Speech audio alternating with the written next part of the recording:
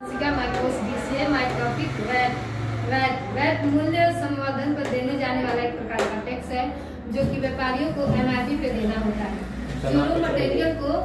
जो raw material से लेकर जब यदि कोई कंपनी कोई प्रोडक्ट बनाती है तो उसका रो मटेरियल से लेकर फाइनल तक वैट लगाया जाता है, क्योंकि वैट जो होता है स्टेप बाय स्टेप, मान लीजिए रो मटेरियल या फिर फाइनल प्रोडक्शन या फिर प्रोडक्ट ट्रांसफॉर्मेशन और प्रोडक्ट को कास्ट करने तक step by step VAT add किया जाता है। इसीलिए उसको बोला जाता है वैल्यू एडेड टैक्स।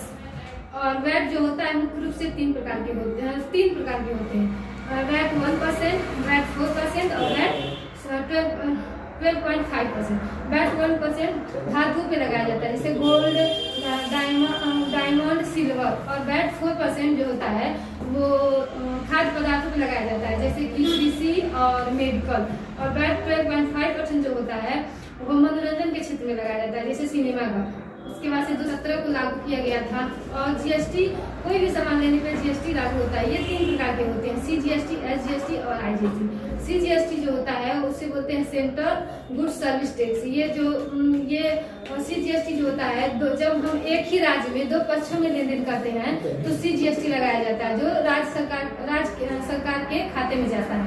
और एसजीएसटी जो होता है वो जीएसटी दर का ही आधा हिस्सा होता है, जो कि राज्य सरकार के खाते में भी जाता है। यदि मान लीजिए कि कोई प्रोडक्ट ले रहे हैं उस पर जीएसटी 18% है, जिसमें से 9% सीजीएसटी होता है और 9% आईजीएसटी एसजीएसटी होता है। अब आता है आईजीएसटी। आईजीएसटी जो होता है जब एक राज्य से दूसरे राज्य में प्रोडक्शन करते हैं, लेन देन करते हैं, तो आईजीएसटी लगता है।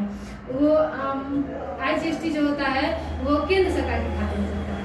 और TDS tax dedicated source. TDS भी एक प्रकार का टैक्स है जो कंपनी द्वारा या संस्था द्वारा जब एम्प्लॉय को सैलरी दी जाती है तो उसमें से काटा जाता है। टीडीएस जो होता है वो मान लीजिए अगर 100% में से 10% टीडीएस कटता है। और ये भी एक इनकम टैक्स डिपार्टमेंट का सोर्स है, जो कि आपको जरूरत पड़ने पर, मान लीजिए आपका जीएसटी जमा करना है 55,000, तो उसमें